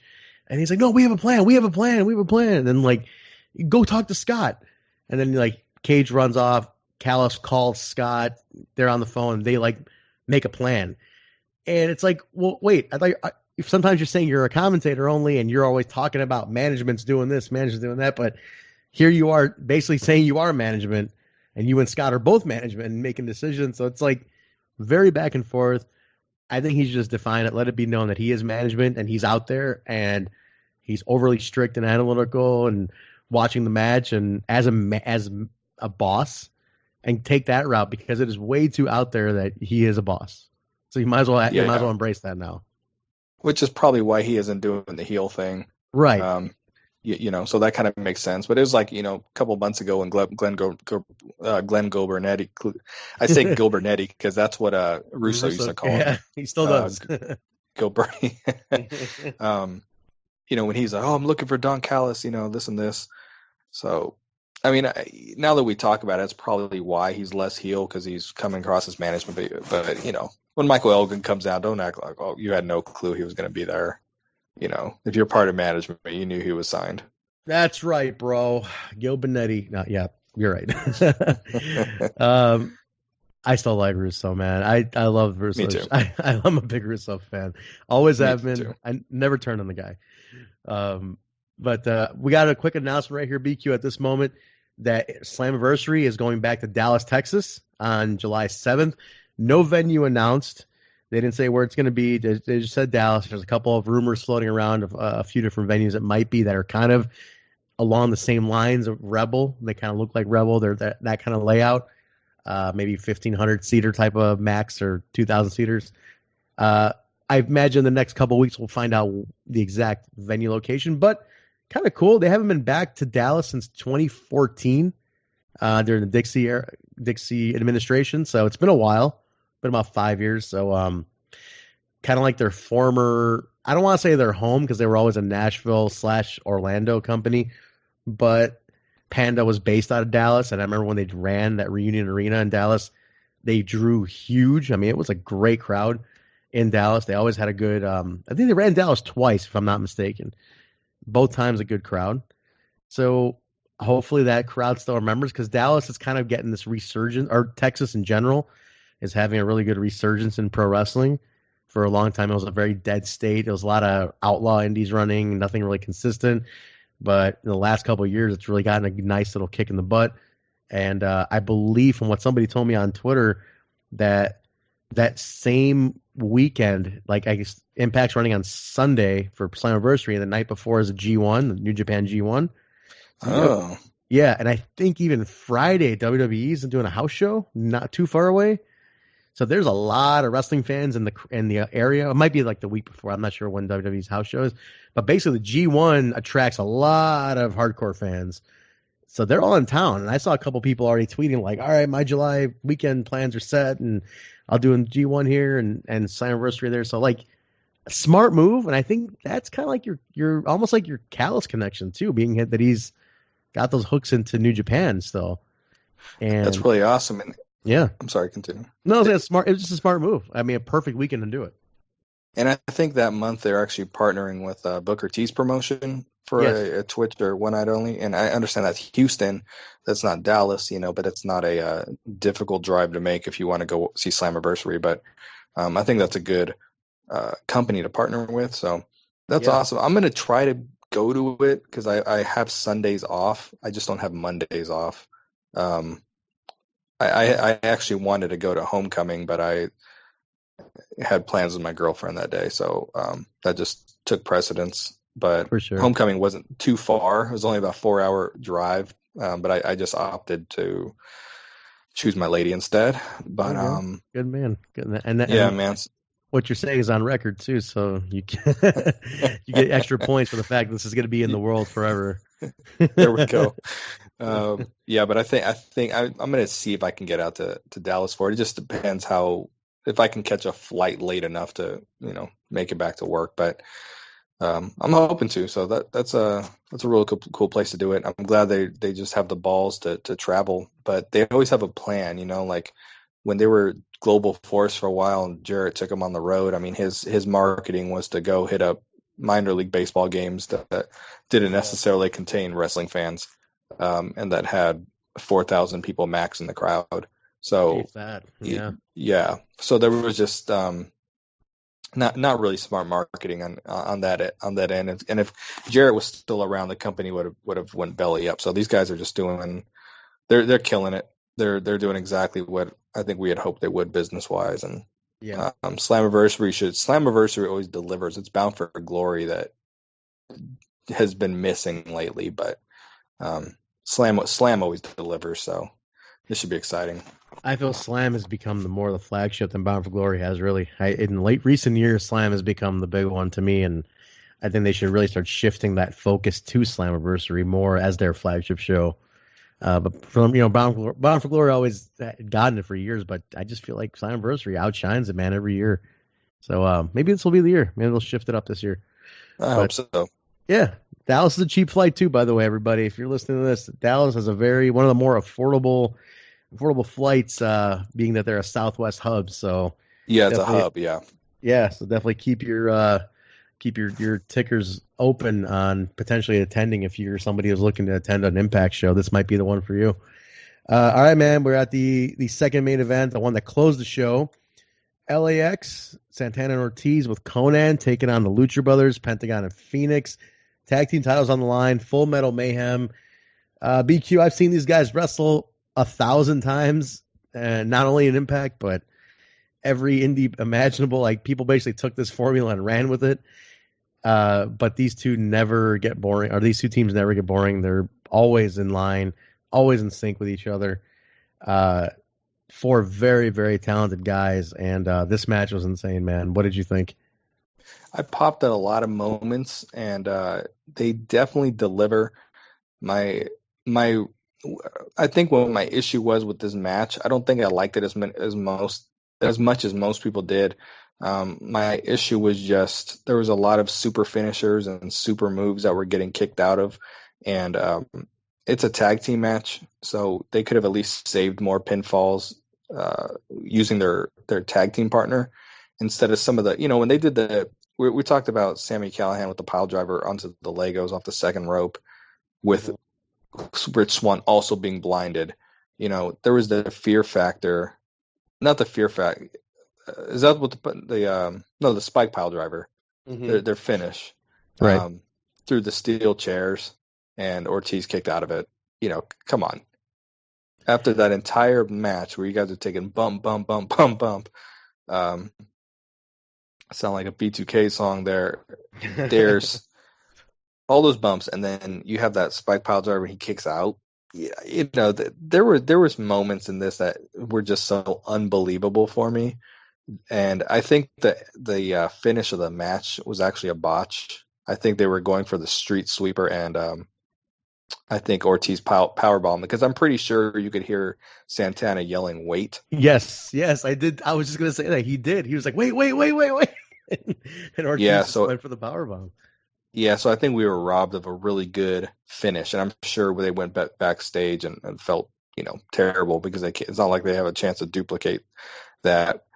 But no, the match delivered. I don't want to say I disliked it by any means. I mean, they did some spots that I just could not believe. That Spanish Fly. Oh, God. Yeah. That was just ridiculous. I wish, though, when people would sell, we're not in the industry, but I just sometimes I wish he would have sold it by holding his back and screaming in pain rather than doing the abyss thing, like convulsing and stuff. Like, I can't buy that. I was going to actually share that clip on Facebook, but then when I looked at Ortiz's, the way he sold it, I was like, man, my non-wrestling fans are going to tear this up if they watch this. So, right. I think it was even more painful was the way Phoenix landed after that move. Did you see that? Like when he landed, he almost crushed his neck on that one, man. That was a more intense part than what Ortiz had to take, I thought. But I'm with you. I agree. It was when when it's like such an intense move and it's like the cartoony cell, and it's like, oh man, I'd rather you scream, bloody murder at that point rather than do the animated selling. Yeah. But That's just nitpicking. I mean, the work they put into this match was next level. Oh yeah. I don't know what's next for the Lucha Brothers. I know they're supposed to work with AEW, and there's a lot of AEW fans saying, haha, we got the Lucha Brothers now. Like, we don't know what the contract status is, and I hope they are not going to be exclusive over there and that they continue to work with both companies and even MLW. Mm-hmm. So we'll see. I'm not ready to see them go anywhere. I'm ready to see what else they can do. As just the slight insight that I have with AEW, because they're regulars for AEW and we use them all the time, and they're very, very, very good to us, man. They're very loyal to us, being that AEW brought them in. Was the first independent to bring them into the U.S. after the Lucha Underground stuff. And from what we know is that they're not exclusive to anybody. They are completely open contracted. They do what they do on a handshake deal, and as long as one doesn't conflict with the other and it all works out, they make it happen. So they're not exclusive to AEW. There's some rumor that they might be getting a little tired, that they might be slowing down to go ahead and take the guaranteed money. But I think even they are in that boat of like, we don't know what this is yet. This is one show booked and no TV deal announced. They don't really know what's up. So yeah, if they sign down the line, I could see it. But right now, open contract. I mean, they're still booked for a couple other things. I believe they're still booked for. They were announced on the advertising for. I don't think for Philly. For Slammiversary. Right. They're right. On they're the on the commercial. Yeah. On the commercial Slammiversary and for Melrose, I think. So, like I said, one of those things where as long as it works out, they're in line, man. Like they'll work the shows for anybody. So, they announced a Phoenix versus Eddie Edwards match for taping. So, I mean, they're at least working these tapings. Oh, they are. Yeah, that's right. That's right. So yeah, I mean, they just look, man, they'll work. And I mean, because the cool thing is, like, they can tape two days of Impact and be on TV for a month, and in that month work a bunch of other shit, and they're still on TV. Like, it all works out for them. They run their system really well, and I think it's good for them. And it's all independent, it's all money in their pocket, and they get to control it. And I think right now it's the best thing. But I think the big reason for the title change is, number one, it made sense. And second of all, May is a very hectic month because they're doing Double or Nothing with AEW. Who knows what's going to come out of it? Why risk tying up your champions right now, or having them have belts on them? Let them do a thing without any obligation, figure it all out, run their storyline there, and then we'll take it from there back. Come the next loop of tapings. But in the meantime, if they work Philly, they're on TV for the month anyway. So Impact already got their mileage out of them, so we're good. Yeah, they were out here at Glory Pro last month, and my kids and I went and saw them. We weren't able to stay for the show because I had plans that night, but I paid for the meet and greet. And I think the meet and greet was 100-person max. We paid $25 each. You're talking $2,500. They split that along with their merch, which for an hour of work before you even get paid for the booking. I mean, you're talking, you already made $1,000 to $2,000. So, I know these guys are doing really, really well. And, I'm sure they clean up with merch. I mean, and I remember at AAW, back when you and I met, they had quite a line, buying their merch, and they're selling their masks for $200 and everything. Oh yeah. So I mean, I can tell those dudes they're cleaning up. So it's in their best interest. They're probably making really good money without, doing the independent thing and working these different companies. So yeah, hopefully they never sell out. I said, I could see both sides. I mean, they're doing great on their own. And like I said, I've seen their merch they clean up every show. At the same time, they're both fathers and husbands. If they are getting tired, if Phoenix keeps taking bumps like he did, they might be looking for security. Who knows? It all comes down to, I don't think they're quite tried proven on AEW yet either. They're going to work this angle, but they're like, hey man, there's no TV deal here yet. There's like one show announced, maybe another is like one or two smaller ones announced or something, but. It's unstable for them too right now. So they're like, hey man, let's just see how it goes, and we'll figure it out after that. And I think that's in their best interest. But like, we're all speculating here. I don't know anything more than the next guy does. I just know that they're not signed exclusively. But great match, good closer, good way to send the crowd off. The ring was a damn disaster, total mess, but great show, man. I mean, BQ, this was a fantastic pay-per-view. The fact that they do the few and far between pay-per-views, the 3, 4, or 5 month build-up to pay-per-views is the right thing to do.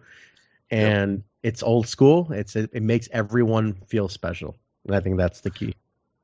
Absolutely. And you hit it on the head. I mean, that's why it main evented the show was, the condition of the ring, obviously. And I think it makes the tag team belts a little more special too. It's not like they put the X Division title at the end. So, I just wonder what you do with LAX now, because I've been saying this ever since LAX was part of the company. They just kept they fed LAX so many teams, and they've had so many title reigns. It's kind of like, what the hell do you do with these guys now? I mean, I can't even. I have no clue what the hell is next for them. Right. I thought the OG's feud was great for them, like a great placeholder. I just didn't think it needed the belts.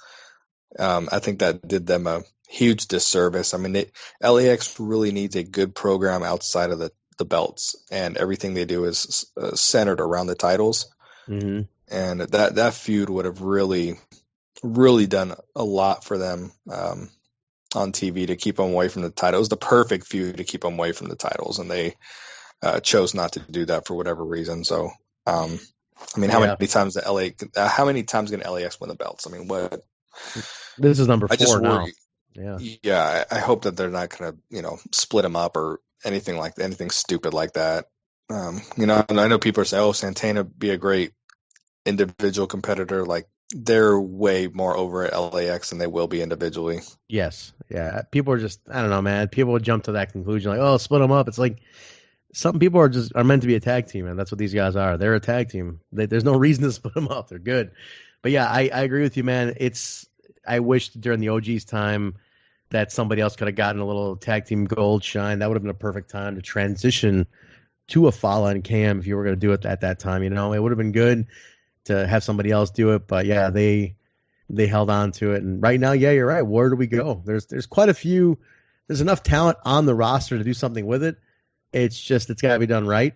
And you got to keep your champ strong. You got to keep whoever their opponent's strong. And it gets a little tricky when you have a team that's so dominating in the tag team division like they have been. So it's going to take some smart booking for sure, but credible champs nonetheless.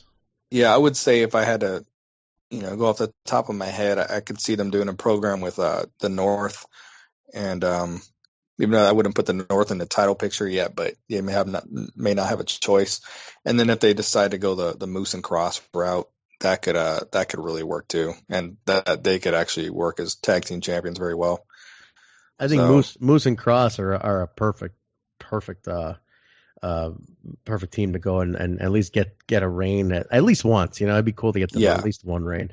I just want to mention real quick before we wrap up here that the Cross thing is interesting. He was not on the show, not even a vignette, nothing pre-taped, and I don't know what happens with Cross. I mean, he's as far as I could tell, BQ, I don't think he was on the tapings either, because he was en route back from Mexico the night of the tapings, unless they have stuff in the can that's already filmed that they're going to maybe film more this weekend of.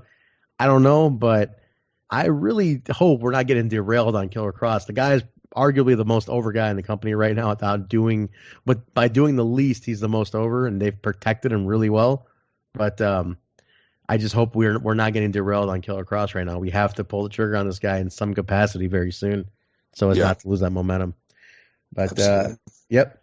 But cool, man. Listen, we've kept these people long. We've kept you long in your return. I mean, it's a hell of a return for you, man. On nearly 2 goddamn hours on a return show for you. Hopefully, you've downloaded your update to GWN, which is now Impact Plus, by the way. Hopefully, you got your update to that. You can relax now and get caught up on everything that you missed the last few months and just kind of see where everything's at. But let's go and wrap it up, BQ. Tell people where they can find you if and when you are active online. Where can they find you? Where can they connect with you? Hey, I'm still at BQ Speaks on Twitter and Instagram. I'm gonna tweet a little bit more once I catch up with Impact, and I'm able to watch it live again. I'll live tweet. Even though my Instagram has a lot of personal stuff, I still try to make a lot of Impact related posts. And I am on Facebook at BQ Speaks. That is my fan page, but it is my photo editing page that I do my own crying Jordynne memes and things of that nature. But you can still like me there.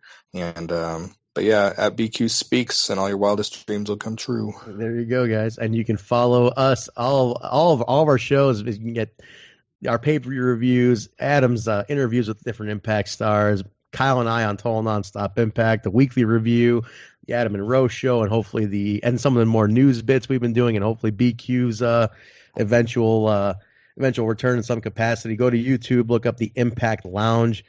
Everything you want is there. We've BQ's in your absence. I've taken over, did a little redecorating, if you don't mind. I've made more playlists. I've laid out things a little easier for people. So a lot of stuff they can find. They can go back and look at some old stuff in there too. But guys, connect on YouTube. Don't forget to subscribe there. Check out the Impact Lounge on Facebook too. Just search Impact Lounge. It'll come right up. We're reposting on that again. So definitely connect with us, guys. You can find me at Vanilla Joke on Instagram and Twitter. And you can find Kyle and I at We Talk Impact on Instagram and Twitter and Facebook as well for our weekly show. Definitely get a hold of us. Let us know what you think. Give us your feedback. We want to be in touch with all you guys on what you're thinking too. I mean, BQ, I don't know if you've seen some of the comments, but we have an amazing group of listeners who listen and comment every single week, man. So, and super awesome fan base we have here on the Impact Lounge. Absolutely. Yeah, guys. So definitely connect with us, guys. Don't forget to check us out on iTunes. Look up the Impact Lounge on iTunes. All the shows are there as well. And Total Nonstop Impact. Dual feeds going on, but there's different stuff on each. I'm making sure to keep it interesting. So subscribe to both and rate, review, subscribe, tell a friend, tell an enemy, tell a coworker, tell your grandmother. Get on there, connect with us there as well. I've given you guys a lot of links. I've kept BQ for 2 hours on his return. I've kept you people for 2 hours on your return. BQ, did I miss anything before we go? I don't think so, man. All right. That's going to do it, guys. Rebellion 2019 is in the books. We'll be back. Kyle and I will be back with the review of this coming week's show, and hopefully BQ. We'll see you again soon, man. Absolutely. That'll happen. All right. Take care, everybody. Good night.